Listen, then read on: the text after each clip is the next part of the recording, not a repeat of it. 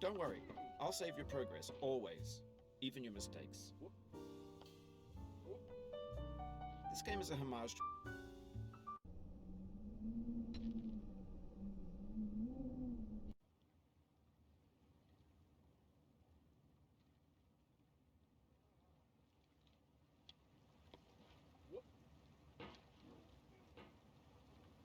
There's no feeling more intense than starting over.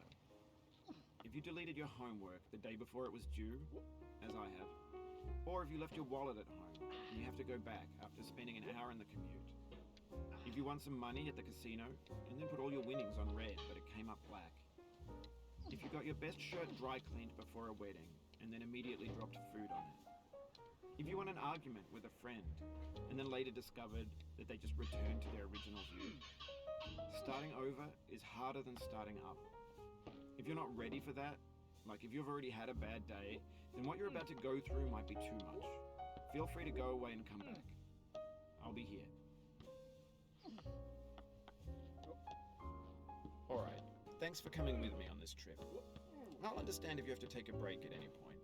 Just find a safe place to stop and quit the game.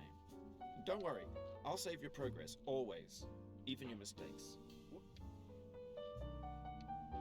This game is a homage to a free game that came out in 2002, titled Sexy Hiking.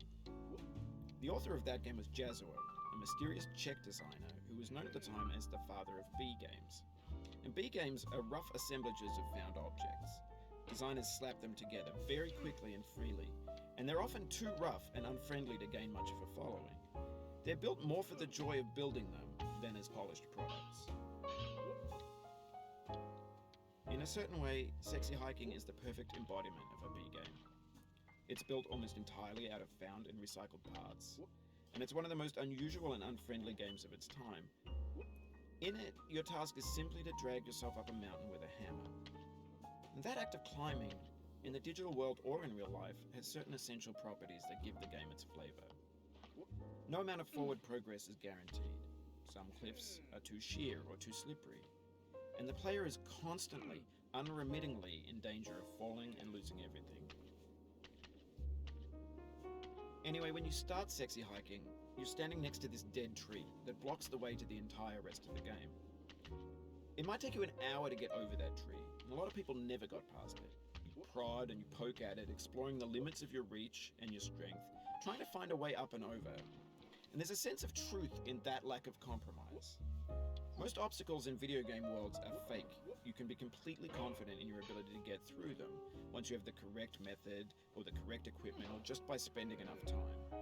In that sense, every pixelated obstacle in Sexy Hiking is real. The obstacles in Sexy Hiking are unyielding, and that makes the game uniquely frustrating. But I'm not sure Jazuo intended to make a frustrating game. The frustration is just essential to the act of climbing, and it's authentic to the process of building a game about climbing. A funny thing happened to me as I was building this mountain. I'd have an idea for a new obstacle.